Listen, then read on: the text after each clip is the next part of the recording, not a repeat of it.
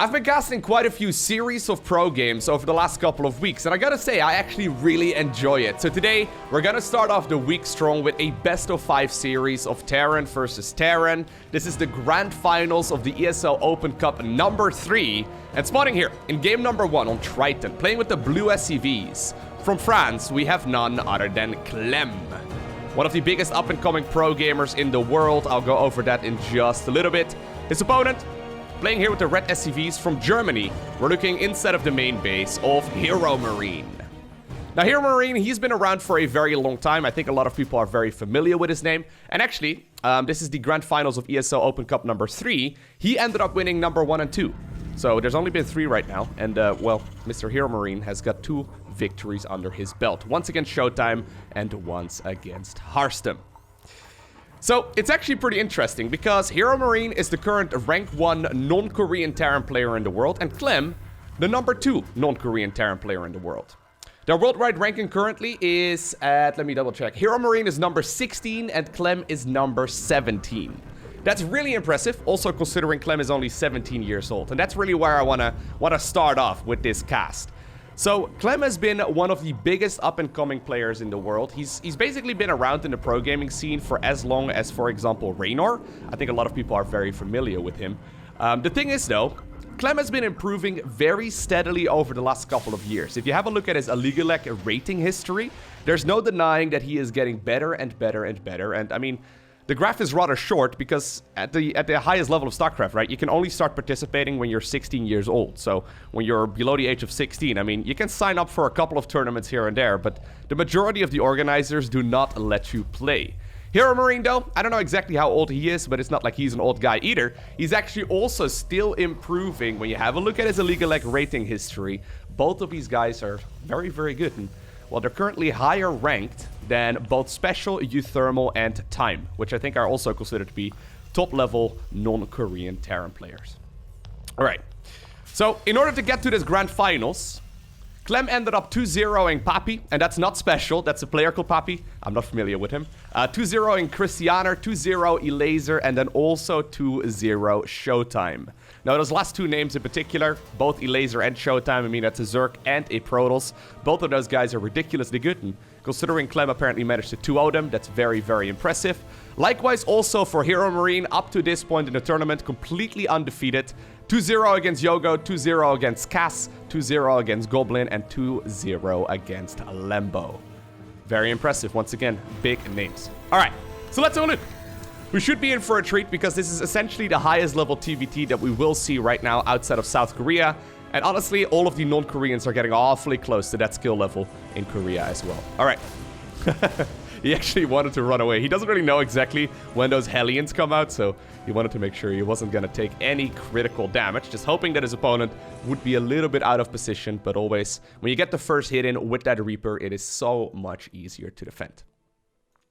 Both players going for relatively similar openers. We see a faster expansion here from Clem. He is still going to follow it up with that 1-1-1 style. And likewise on the other side of the map, while the expansion is a little bit later, we do have that 1 barracks, 1 factory, and 1 starport. This is the most common way of opening up in TVT, just because you can get access to all of those units really quickly. And you're also flexible. So while most of the time we don't really see players going absolutely crazy with like the units that they choose, there's no denying that you can. Right? And just knowing that the option is there is already pretty scary for your opponents. You can't just, you know, get all too greedy here either. So let's see what Clem wants to go for. He's got 1 Marauder. This is what I mean. This is a little bit odd, right? He's going for a concussive shell start.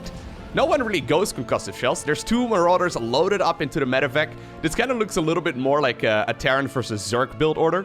We do see some concussive shells every once in a while. I think he's waiting for the Hellion or something. No, maybe he just forgot flying. Man, the pilot is sleeping on the job. This is something we see every once in a while in Terran vs. Zerg, where you go Hellbats together with Marauders with Concussive Shell.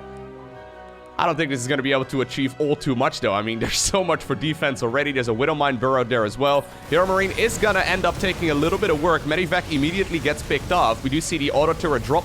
Marines from the main base should be able to cycle just fine. And you know what? There's still a lot of Hellions remaining here. A couple of SCVs pulled off the line as well. Losing that medevac was painful, actually. If you would have if you would have had that medevac, I think this would have been much easier. Reinforcing units, though, will come out here in just a little bit. We have the one Raven desperately trying to scare away a couple of these Hellions as well. Siege tank, though, is available, and that one, well, you can see right there. HerOMaRinE actually target firing it as well for a little bit. That one will force those Hellions to back off. In the meantime, though, a Liberator also making its way across the map. Nice little bit of aggression here from Clem. Also because of that build order he went for, he's got a couple more workers. Third CC, though, already finishing up here inside of the main base for HerOMaRinE. So even though his natural was a little bit later, he's got the third base much quicker than his opponent. So, TVT, I mean, you guys know my love for Terran versus Terran. It is certainly by far the best mirror matchup in StarCraft 2. I love myself some ZVZ. PvP, I mean, PvP can be pretty good too, but oftentimes PvP is a little bit of a meme. PvP is so crazy. Just because, like, you need to basically proxy if you want to go for a macro build. Anyways, we're not casting PvP right now. But I think TVT, it's such a sick matchup. So, Marine Siege Tank is still the default middle game, or like mid game, I guess. There's no denying that Marine Siege Tank just gives you the most flexibility, but every single Terran unit has its place, and sometimes we also do see players focusing on mech. Now, obviously, there's a lot of cheese as well, so there's a lot of early game aggression that can happen. None of that went down in this game, but I wouldn't be surprised if we're going to be seeing a little bit more of that later on into this series as well. One Cyclone, though, giving his life right there for the Terran Dominion. He ended up getting hit by one of those concussive shells. Don't tell me, or don't ask me how it works, okay? I don't know how a machine gets concussed anyway. Maybe it's like playing Mario Kart, you know? He's got one of those, like, oil spills on his screen. He couldn't figure out how to drive his... I don't know, how does that slow down your vehicle? I guess he's got both the oil spill and then also, like, something stuck in his wheels or something temporarily. I'm open to hearing your theories down below. So, Scan right here will confirm exactly what's going on for Clem. So, Clem right now knows... he right now knows... It's an early Monday morning, guys. What can I say? He right now knows that it is going to be a bio-based mid-game, and likewise for HerOMaRinE as well. He also now scans inside of the main base here of the French Terran. It's an early morning over here in the Netherlands. I'm recording this pretty early as this game starts off relatively passively. Reason for that is actually I've got some people coming over in just a little bit because, well, I mean, I've got a roof leakage. Not cool, man. My roof is not doing well. Hoping that it's not going to be all too critical. But that's the reason why I'm recording this a couple hours earlier. And why I'm apparently stumbling over my words just a tad. No worries, though. Hoping it's not going to be anything serious, though, man. Here we go. Big push here, though, from Clem. Still, though, you're pushing into a sieged-up Terran player. One of these siege tanks already gets disabled almost immediately. HerOMaRinE decides to go for the auto turrets instead, and I think that may have been a superior choice. Great splits right there on his units. Ooh, that siege tank just barely remained with, like, 1 hit point remaining. Ooh. Well, I think the Raven will also be picked off. I think that's what he was going for. Clem, once again, forced to go back. HerOMaRinE right now, though, trying to boost past these medevacs. Eventually, that thruster ability will become available once again as well. Luckily for Clem, he rallied a siege tank as well to watch the safety of that watchtower. So it could at the very least save that one medevac too. Ooh, Marine's trying their very best to pick up that Cyclone, but it's not going to happen. Alrighty, so 1-1 is coming up. We see the likewise on the other side of the map, actually. Something very similar. I thought for a second Clem accidentally forgot his +1 infantry weapons, but he already finished it. He does go for the engineer, or for the armory right now as well, so he can continue upgrading here in the engineering bay. 4th command center, already coming up. I like this, actually. I think we're starting off this series with a very strong macro game from both players. TVT can get pretty crazy pretty fast. I think one of the reasons, though, why I like TVT so much is that it's one of the few matchups in StarCraft 2. And I think actually it's pretty much the only matchup in StarCraft 2, although Terran does have a bunch of those. When you're ahead in Terran versus Terran, beautiful scan actually, nicely done. Gets the vision range there. But when you're ahead in TVT, it doesn't automatically mean that you can just like box all your units and go across the map. For example, in like Protoss versus Zerg, that's what we see all the time. If one player gets a significant advantage, they just like F2A move, be it Zerg, be it Protoss, and that will basically be the end of the game, right? In Terran versus Terran, you can get like a 50 supply advantage, but because of the strength of planetary fortresses and siege tanks and liberators and all that, and also obviously those ravens, you can shut down a lot of units, you have the sensor towers, you know where to position your army and all that, it's really difficult to actually close it out. which creates these crazy comeback scenarios. Because, like, technically speaking, I would say HerOMaRinE is probably in a slightly better position right now. It by no means that he's going to end up winning the game. Well, he's going to be careful, actually, because those siege tanks are going to start shelling from the high ground. A couple of the Vikings actually also in a bit of a vulnerable spot. Both of those will get killed, or actually all three of them will get killed. Planetary Fortress in the meantime being acquired. Wouldn't be surprised if the same is going to happen here on the other side of the map. There it is. These guys are so on point, though. It's funny, right? Because they're playing a very similar style, but they've taken a different approach in getting towards this mid game. Like, if you compare main bases, I mean, it's essentially the same. Both players have a different positioning on structures. Both players have decided to you know, opt for a different build and timing to get here, but it really all just evens out, right? Like, 1 worker advantage right now for Clem, 5 supply advantage actually as well for Clem, but this is all very, very standard and nothing out of the ordinary. HerOMaRinE actually opting as well to go for the later sensor towers. This does now help out, well, Clem see where those Marines are coming from, but that's still going to be rather painful. Siege tanks in the meantime, though, sieging up on the other side of the map. This is not a position you can very easily push into. That 3rd CC liftoff is actually very painful, though. Kind of feel like Clem just needs to go back. Maybe, you know what? I think he's threatening right now, at the very least, a big drop into the main base. Yeah, exactly. That's what HerOMaRinE is assuming right now as well. Still, though, his army here on the other side of the map trying to get something done. HerOMaRinE anticipating that move. And he right now knows with that sensor tower where those units are going as he sees the little blips on the minimap. Okay, so definitely a successful push there for the German Terran. Dare I say an efficient push. Although, you know, that's just in his blood. Ooh, this is actually huge, though. Marines are coming from every single side. In the meantime, though, Clem is trying to reinforce some of this as well, but those units mostly come running awkwardly at a strange angle. A couple of the siege tanks still available. I love this. HerOMaRinE actually dropping 2 tanks on that high ground, trying to get maximum damage there if Clem decided to commit. Not gonna happen, though.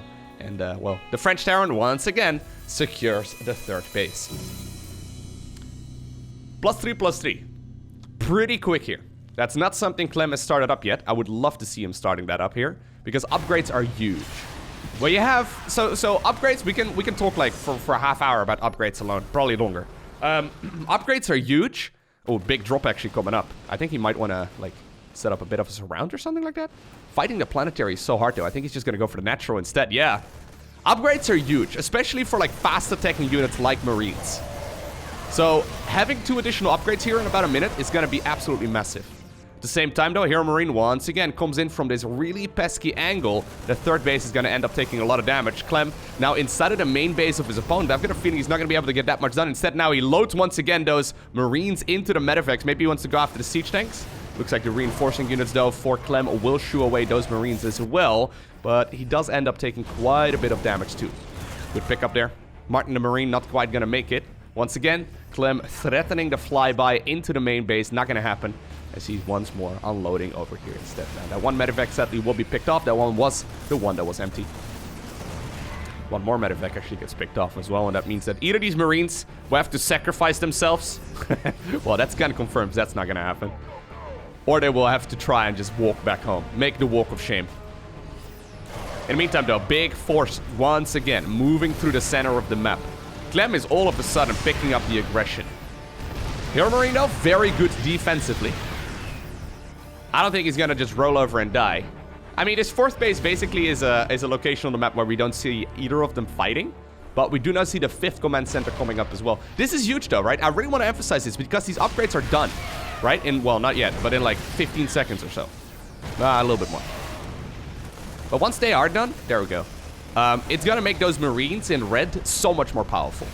Looks like the 5th command center. Actually, this is the 6th one. The 5th CC will be killed.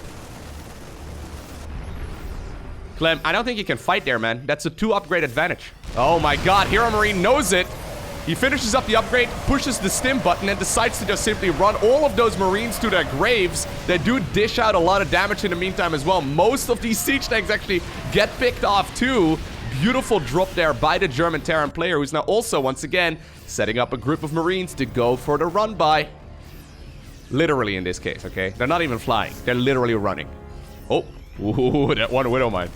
in a pretty annoying situation and position, but this is big though. HerOMaRinE, yeah, he picks up that command center on the high ground before it can finish morphing into a planetary fortress. A couple of the Marines come up, but you can see just having medivacs here is huge, obviously, but also there's 2 additional upgrades. So every single Marine right now in red dishes out 1 more damage per shot, and you can imagine they attack really fast. Now this is cute too, abusing that friendly fire. I love it. But they also take 1 less damage from those Marines in blue because they have an additional armor upgrade. So it adds up so quick because these Marines, they fire really fast, and therefore the upgrades trigger more often. Generally speaking, in StarCraft 2, units that attack quickly, like the Marine, like the Zealot, like for example the Zergling, they benefit from upgrades the most. Fusion Core is coming up, so I think that HerOMaRinE wants to try and see if he can push this advantage by going into Liberators with ranged. Once you get the upgrades done, once you get the Marine siege tank ball going, Liberators are absolutely phenomenal, right? Like you need to have that air dominance, but once you do, you can start getting so much value. Another base, by the way, was acquired here by HerOMaRinE. High ground base eventually is landed now once again by Clem. He will probably end up morphing that one into a planetary as soon as he realizes that it is ready to go and he's got the money for it. HerOMaRinE, though, starting to get a pretty nice bank, right? Yeah, he's just pushing out with... he's just producing more siege tanks right now. Not adding on too many Marines anymore. And he's now starting that mech transition. So you always want to have at least like a group of Marines. You don't want to go like Marine-less. But he's really just trying to buy time right now. So this is annoying. Even though there's a planetary over here, these Marines, they can just simply stand behind the mineral line and force an action at the same time. Marines inside of the main base are also going to draw that attention of Clem away from the main battle, which I think, once again, he wants to go for. Now, this time around, he does have similar upgrades. I mean, there's technically a 1 upgrade disadvantage, but here we go. He decides to pull the stim pack button or push it, and that's going to make this a very scary fight, though. Oh, my God. The HerOMaRinE meat grinder ends up killing, like, I don't know, 100 or so Marines over there? Oof, that's rough. We now see the similar transition as well from Clem going into the fusion core. One siege tank was set up over at the planetary fortress, so that one at the very least is going to decline this push from happening. A couple of Marines actually now also weakening that medevac just a tad, and I feel like this missile turret will probably finish it off. Well, he's paying attention.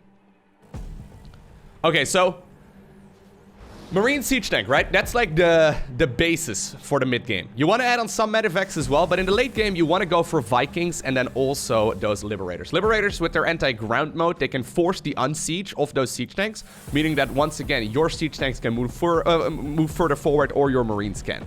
So it gets a little bit crazy. Plus, obviously, you can set up a really strong defensive perimeter. I mean, this is not something you're going to push into. You know, siege tanks are going to be there as well. At the same time, once again, those Marines. Coming from this angle, man. This angle has been like the crutch of Clem this entire time.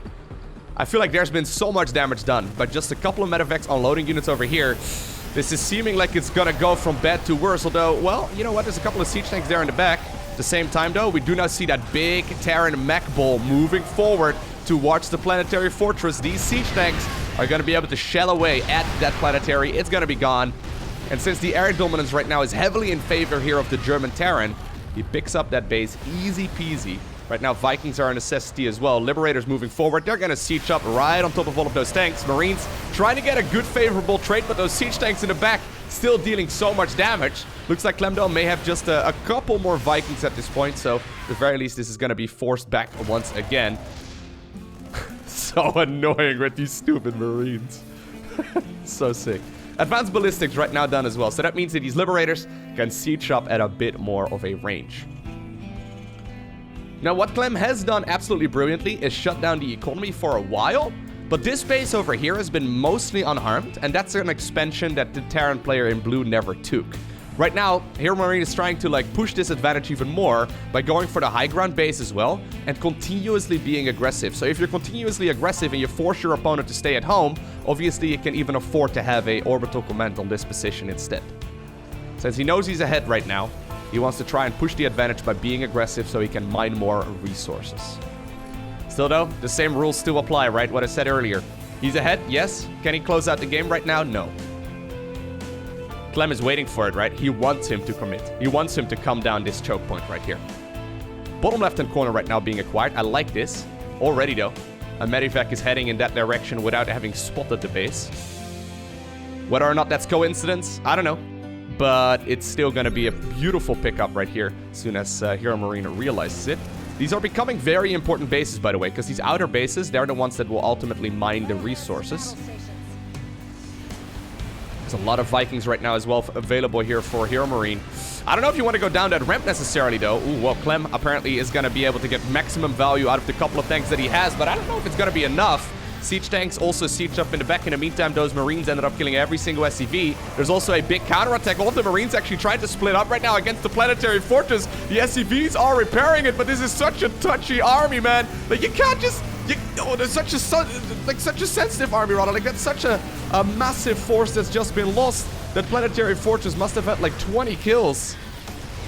Ugh. Whenever you commit into, like, fighting a planetary fortress with melee units, or I guess Marines aren't melee units, but you get what I mean, right? Like, that's so much damage that the planetary deals. As long as the planetary can, like, shoot at the units, it's pretty much always gonna be a bad day. I've lost many a Zerglings and Hydras and whatnot to a planetary fortress. I'm not sure why he decided to commit to that base. I guess he like walked his units all the way to the top perimeter, and you can't really go very many places from there, which is also why this is usually the anchor point where you do go for the planetary. But I feel like that kind of sealed the deal a little bit, though. Like, HerOMaRinE was already in a good spot. He did a good counterattack just now as well, killing those bases, shutting down basically the whole bottom left-hand corner of Clem's infrastructure. And, well, then Clem also threw away a ton of his units. He killed, you know, I guess a bunch, but I don't think it's going to be enough.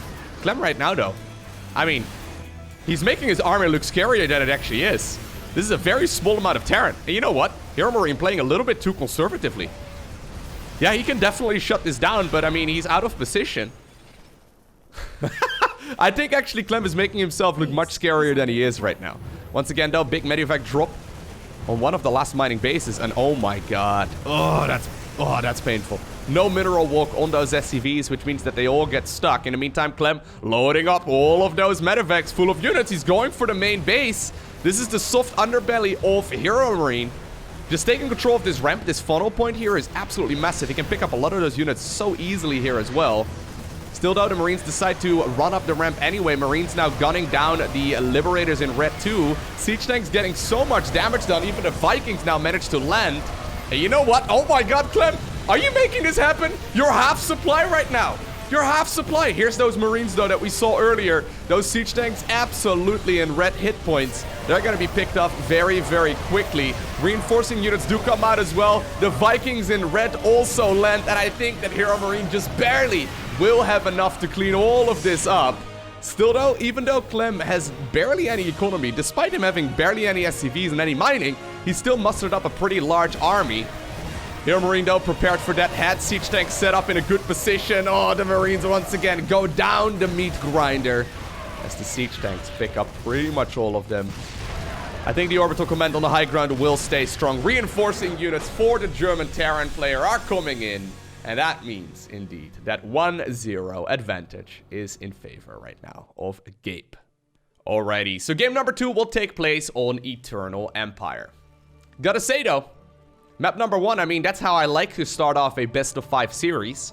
Usually it's the game number 1 and then the final map that turn out to be the big macro games, especially if it's like a 2-2 score and then like game number 5 is the decider match. Usually those are the macro games. Usually, not always. Usually as well in game number 1, people are trying to like, feel out where the current macro game stands and how comfortable the opponent is with playing the macro game. Both of these guys do indeed favor playing that style, but there's no denying, though, that in TVT especially, there are a lot of very aggressive builds that you can go for as well. If your opponent decides to play greedy, you can punish them quite easily. If the opponent decides to open up very aggressively and you hold it, that's basically game over as well, just like in pretty much all of the other matchups. So it comes down to scouting and especially those first few units. That's why I always try and emphasize that first Reaper shot.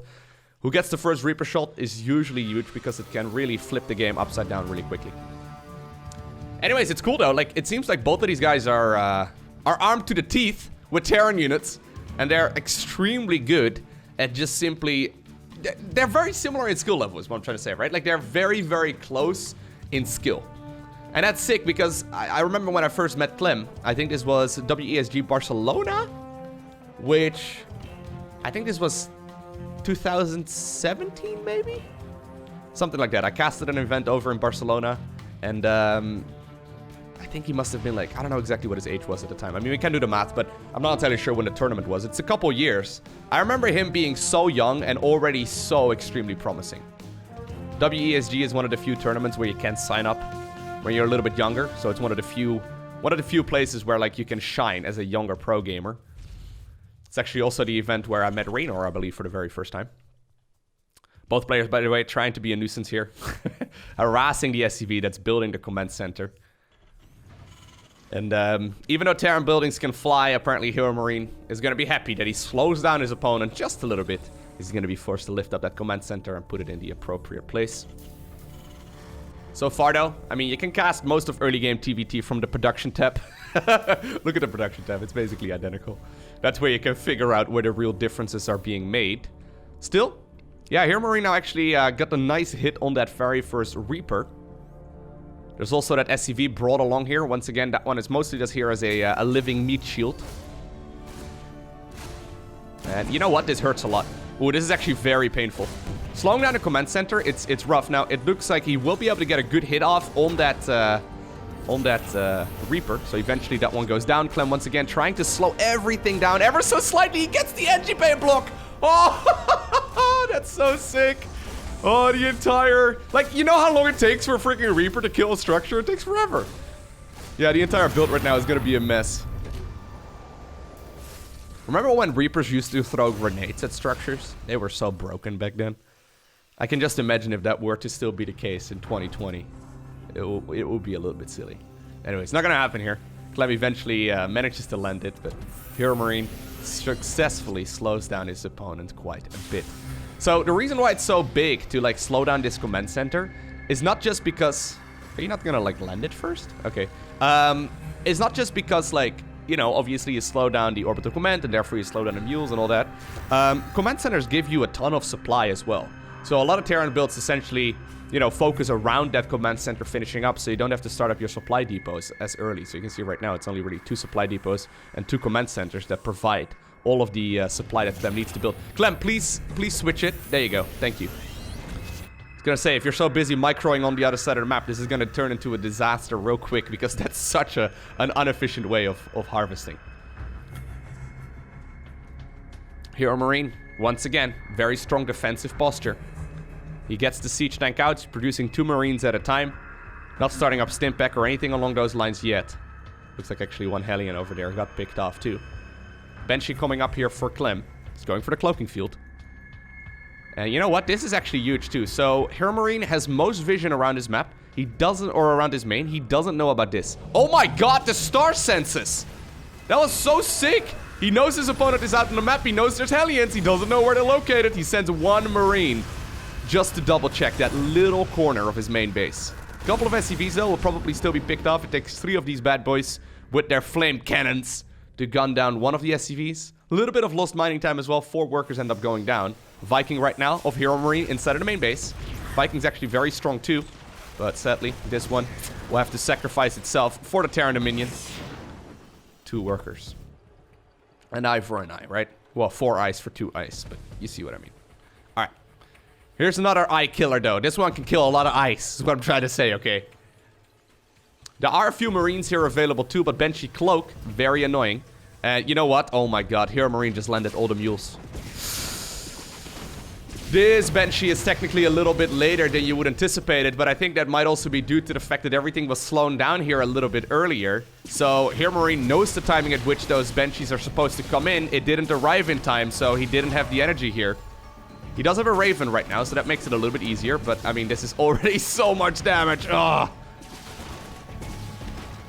You know what? Yeah, you can micro. You can micro for days. I love this so much. This is such an annoying Banshee. Like, technically, you're countered. Banshee pilot, you don't get it. You've been compromised. You've been countered a while ago. Well, now Clem's getting a little bit brave, though. Ay, ay, ay. That's 15 kills on 1 Banshee. And you know what? Clem's like, I wasn't going to go for more Banshees. I mean, I wasn't going to make too many of them. I've got 2 right now. One of them headed to the main base. What about I just make another one? Here you go. Just cloak. There you go. Shuts down that Cyclone. This is hurting a ton. So having the Banshees into all of these different spots, it's... Oh my god. Well, that's basically the end, right? Isn't it? Maybe it's not. But the follow-up pushes at this point become ridiculous. You can also see the third command center has been slowed down, which is already acquired on the other side of the map. And this can go from bad to worse very quickly. Now, one thing to keep in mind, though, is that HerOMaRinE has been producing a pretty large army, and he's actually sending it across the map. This is one of the highest level moves. He's now also going for the engineering base, so he's certainly not ending the game with this, but it can definitely deal a little bit of damage. Good scan there actually though for Clem. He didn't know where that army was located, but he does find out about it right now. A couple of auto turrets do go down. Siege tank sieges up in the back. 3 tanks available though on the side of the red player. Well, make that one here in just a sec, I'm afraid. There you go. That will be picked off as well. HerOMaRinE ends up losing most of those units, and I've got a feeling that the reinforcing army here of Clem will likely be enough, right? I mean, he can afford at this point to lose a couple of workers and a couple of units here and there. Obviously, this is nice, though. This is nice for Clem. That Banshee, man. Those Banshees have been worth their weight in gold. There you go. The Raven is gone. The scan has run out. I don't know if there's any additional energy here for HerOMaRinE. There it is. Well, he does get a nice lock-on with that Cyclone, so that does mean the Cyclone will get the kill on the Banshee, but yeah, GG is just simply cold as HerOMaRinE recognizes that he's in a bit of a predicament. Now, was that necessarily game over? I am not entirely sure.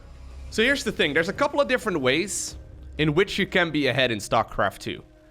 One of them is economy, the other one is army, and then the last one is upgrades. In that previous game, Clem was essentially ahead in all 3. So I think that's probably why HerOMaRinE decided, you know what, this is not going to be a good game to play out. You got to keep in mind, this is not a ladder game, right? These guys are playing in a tournament, and they're actually playing for some money, but also EPT points, which is what ultimately will qualify them for other tournaments in the future as well. What you also got to keep in mind is that this is the final best of 5 series after a long day of playing already. So obviously these guys have been playing most of the day in order to get to this state in the tournament, right? So stamina is a big question. So I think what HerOMaRinE probably could have done is stick in that game for a little while longer. But if you're already behind in all 3 aspects of the game and, you know, you're in a bit of a rough spot, you don't really see how you're going to end up winning the game and you're going to have to, like, play out another 10 minutes of it. I can imagine you might just want to, like, maintain the stamina and maintain focus for the next game instead.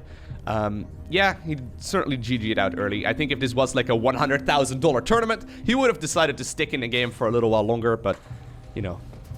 I know HerOMaRinE actually from his live stream as well can get pretty stuck in his own head as well.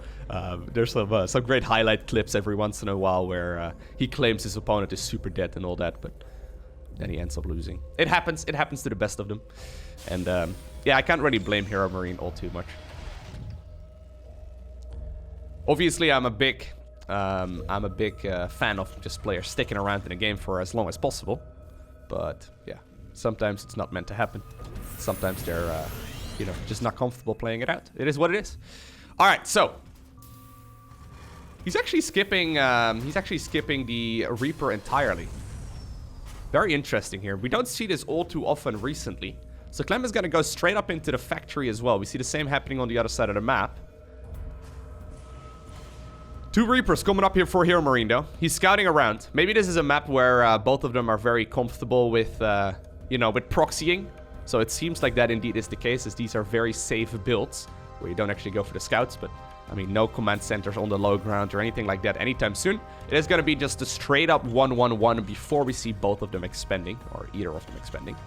Well, I mean, he has started up the factory is what I'm trying to say, okay? He can go for the starport here any moment if he wants to. He does decide to go for the command center a little bit quicker.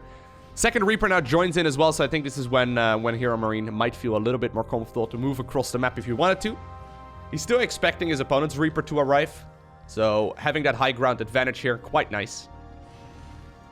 There must be some history between these two as well, right? As you can see, like, they're both playing very, very cautiously. Command center on the low ground will eventually start up here for Clem once he's got the resources for it. Starport is going to be quite a bit quicker. And this is going to enable a really good timing attack here for Clem. So, you got to keep in mind that medevacs can heal Reapers. They can pick up all of these units as well. They're not quite as good at picking up units as, say, for example, War Prisms, but you can pull rabbits out of hats.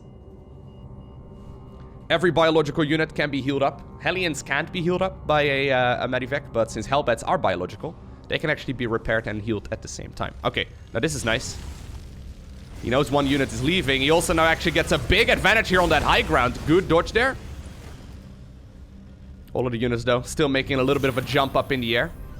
But this is already a disaster. Oh my god, HerOMaRinE. I think he may have just accidentally fallen apart.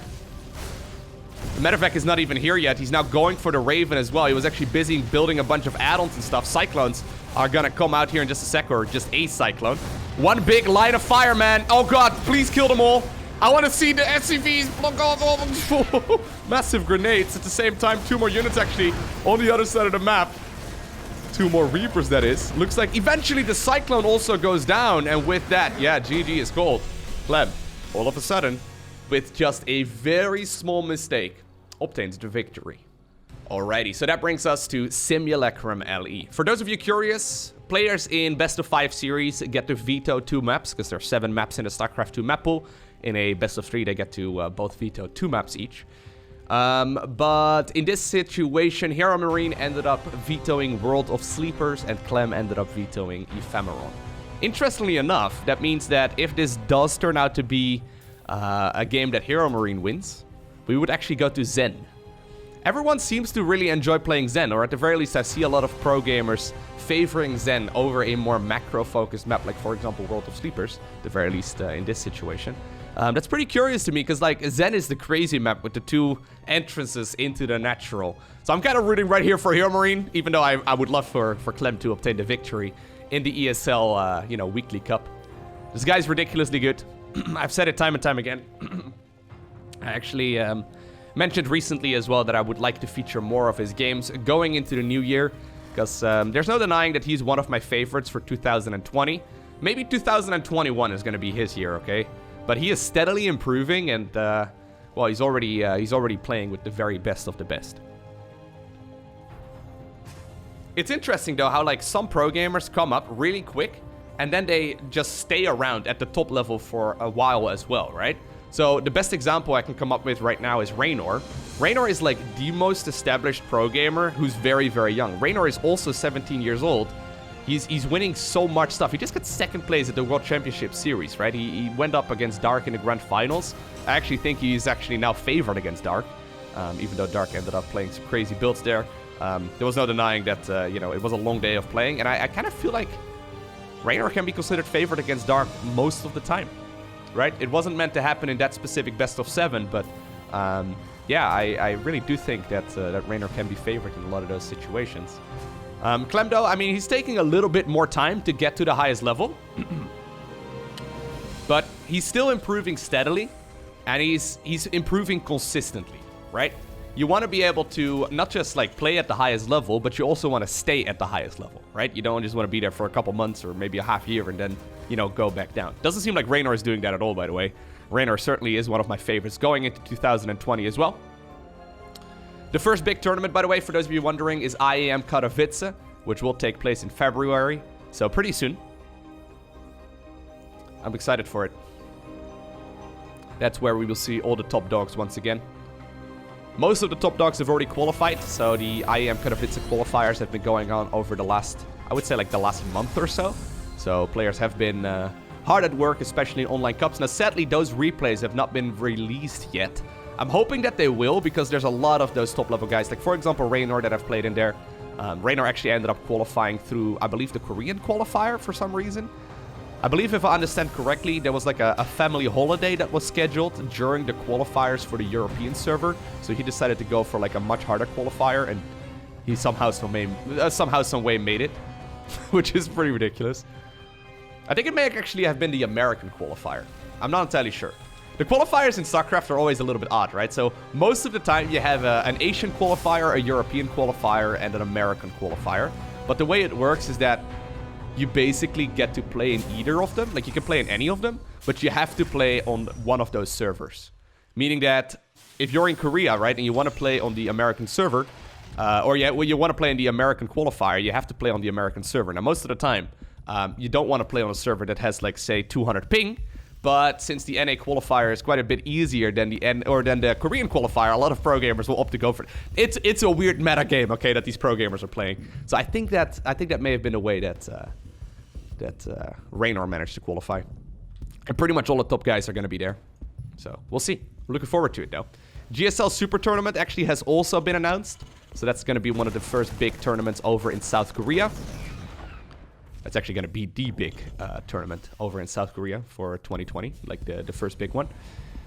No GSL Code S has been announced yet at this point, so I hope that we will be hearing about that very soon, because it's actually getting pretty late. I believe last year's we heard that at like the end of the previous one, and 2020 is, I mean, it's like a month old now, right? It's getting there. So I hope that we're going to be hearing that announcement very soon. But anyways, here we go. 2 Cyclones, 1 Reaper, and then 1 Hellion seem to want to roam the map. Clem is actually going in for a bit of a push right now. This is an awkward angle as he's coming in towards the main base right now of the Terran player in red. One of the Cyclones does get picked off. That's really important. Clem decides to try and move back towards the safety of those side blockers. Cyclone this time around, though, locks on to the Cyclone in blue, and eventually that means HerOMaRinE cleans all of that up with very minimal losses. I mean, he lost a little bit there, but 2 is a bigger number than 1, guys. Cyclones, absolutely massive in the early game defense. Cyclones are weird. Like, Cyclones really are a unit that are phenomenal in small numbers and in, like, low army battles or small army battles. But as soon as, like, there's a little bit more supply, Cyclones just fall off so fast. That's why we usually see in, like, the mid-game, like, the Cyclones patrolling, say, like, the perimeter to pick up a medivac or something in the main base, because they just die in, like, a heartbeat. They're very much so like that RPG character where you spec everything into damage and like skills and stuff, and it's 0 points in survivability.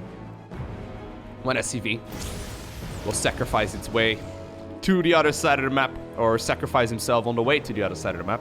Clem, though, I mean, he's got more than enough to defend against this. At the same time, you know what? The Raven coming in. I love Ravens. Ravens are phenomenal. I think he's going to go for the auto turret. There it is. Going to start forcing at least a little bit of attention to the main base. And, well, if you don't pay attention, a couple of SCVs will go down, and this is going to cost quite a bit of mining time as well. They will time out eventually, so apparently that's going to be what Clem is waiting for. 3rd command center now already floating in position. Same can be said for HerOMaRinE, who's actually going for the Macfield accelerator. So looks like he's still playing bio, but he's actually going to go for a Cyclone focus. Very cool. I love this, actually. This makes it look like it's going to be a mech approach. You can see those red lights on those Cyclones as well. You see the little red lasers. This is something Clem sees as well, so he probably assumes his opponent is going to be playing a mech-based army. Very curious. Not something I've really seen before, where they go for both the Cyclone upgrade and then also a switch towards bio. There we go, big fight in the center of the map. Clem going for a much more classical approach. Marine siege tanks and then a couple of Vikings and that Raven up above. But the Raven right here can't really achieve that much, right? I mean, there's a lot of Ravens actually for HerOMaRinE. Ooh, this is cool. Okay. So I think what HerOMaRinE wants to do, I think he wants to use those interference matrices on all of those siege tanks. And then the Cyclones can just clean up everything else. Yeah, Cyclones here are going to be pretty interesting. It all comes down to the Ravens, though. The Ravens here are critical. I don't think Clem knows about the amount of Ravens that are available. He probably assumes it's just the 1 that he saw earlier. Maybe 2. Oh, look at them. They're actually flying from the side. So cheeky. So cheeky. Here we go. 1 big interference matrix has already been landed. You know what? Instead, rather than going for the interference matrix, he decides to just simply land a bunch of auto turrets. All of the bio support has already been cleaned up. The Vikings are actually landed as well. I kind of expected him to actually just disable those siege tanks. Maybe go for like leftover, or a couple of like auto turrets with leftover money. But that was kind of underwhelming. I was hyping that up. I was ready for the sick engagement there from Big Gabe, but not gonna happen. All right, siege tanks though. We'll just simply unsiege and drive back home. Stimpack did just now finish up as well for HerOMaRinE. Scanning the main base will now confirm that it is going to be a bio-based follow-up. And even though there was a little bit of damage there, both players ended up losing just a bit. This is certainly nothing to really call an advantage for either player yet. Alright, so Different approach to getting here. Looks like both players will just simply get to a very similar style regardless. What's the saying again? All roads lead to Rome or something like that? That's basically what TVT feels like right now. There's about 17 different ways to get to watch the Marine siege tank mid-game, but yeah, they all lead there regardless.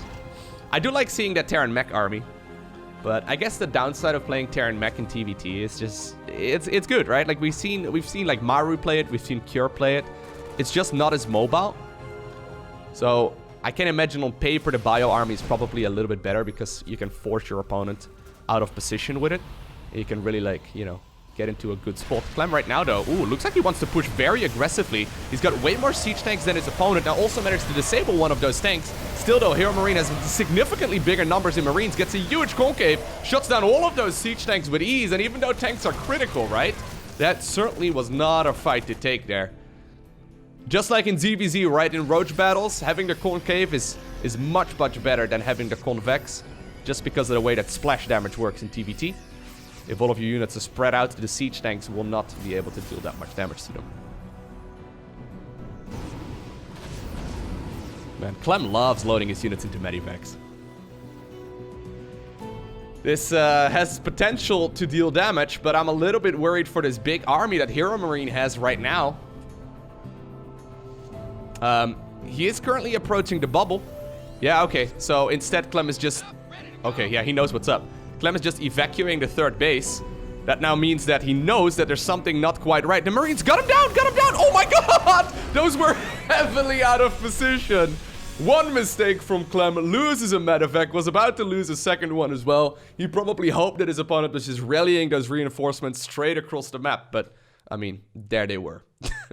They were right there. GG. Alrighty, so that brings us to map number 5 in this best of 5 series. We find ourselves on Zen, and even though earlier on in this cast I mentioned that oftentimes it's game number 1 and game number 5 where we will see the players play a macro game, it is gonna be game number 5 where Clem opens up with what seems to be a very aggressive push. He's sending out 2 SCVs. I don't know exactly where they're headed. Okay, this is usually the location where proxy barracks will go up. This is primarily viable because of that secondary entrance into the natural. If HerOMaRinE decides to go for the barracks and then the gateway, or not the gateway, the command center on the low ground, he's gonna be in a world of trouble as Clem wants to start off this game extremely aggressively. I like this a lot though. Wow, he's even bringing the third SCV at this point. Here's the thing, you don't want to become a predictable player. The best players in StarCraft 2 are the ones that also occasionally bring out the cheese. HerOMaRinE is sending out an SCV, so he will at the very least see the lack of structures over here. But still, this can be a disaster. This can be an absolute disaster. What are you going to do with that? Are you going to build one on the high ground? I guess he wants to go for Reapers, right? So, yeah, this will work out just fine. This is the most aggressive build you can pretty much go for, though, as Terran. So, HerOMaRinE will figure this out before starting up the CC, which is big. So he now knows that something is not quite right. First Reaper, though, is already starting up faster than HerOMaRinE can start up his own defensive Reapers. And while this is something that Clem can technically transition from if, you know, he's given enough time and he deals enough damage, this really isn't meant something where you transition out of it. This really is meant to end the game right here, right now, as quickly as possible. And I think the game right here will be decided in just a couple of seconds. HerOMaRinE thinking about maybe starting up a second bunker as well. He's going for one bunker here on the high ground. He's seen the double gases on the other side, so he knows that it is going to be that gas opener. Not even an orbital command. He doesn't need the orbital command. The Reapers, just 50 minerals, 50 gas each. Now this is huge. Slowing down that CC, or rather not the CC, the factory. Really, really nice. Still though, he needs to wait for overwhelming numbers. Producing 3 of these Reapers at once. The bunker does finish up. Secondary bunker now also coming up as well. HerOMaRinE actually hit a bit of a supply block. Looks like maybe Clem will be nice enough to help him with that supply block as he kills another SCV. This is big. I think this is an okay position here to be in if you're Clem. This is going to be much easier though for the Terran player in red once the Hellion comes out, because it has that potential of getting the huge shots. I love that bunker positioning, by the way. That bunker positioning is awesome. Reapers obviously heal outside of combat. You gotta pay attention as well to the KD8 grenades. They can just simply get all of this army out of position so very quickly that Reaper can die so fast as well. Ooh, you see that? So much damage coming out of it. Here we go. Clem decides to commit, run through all of those units, and with that, pretty much everything is dead. Secondary Hellion comes out as well. Does get a good line of fire. HerOMaRinE wanted to go for the love right there with all of those SCVs. Try and get the big surround on it. One more Reaper does indeed now spawn, but that one is also being killed very quickly. One grenade does pop one of those units into the main base, but I think the young Frenchman has done it. I mean, he has, right? He can just pick up reinforcing units. He's gonna send in more and more of those units as well into the main base. Once again, those grenades, they're so painful. GG is cold. And with that, HerOMaRiNE's streak of winning all of the ESL Open Cups so far is over. Clem takes the victory in the grand finals in game number 5 with a bit of a cheeky one. I hope that you enjoyed watching this video. If you did, make sure you hit that like button down below. If you want to see more, make sure you hit that subscribe button so you get notifications as soon as I upload more. But other than that, I want to thank you for watching. Have an amazing day. Do not forget to smile, alright? And I will see you once again in the next one.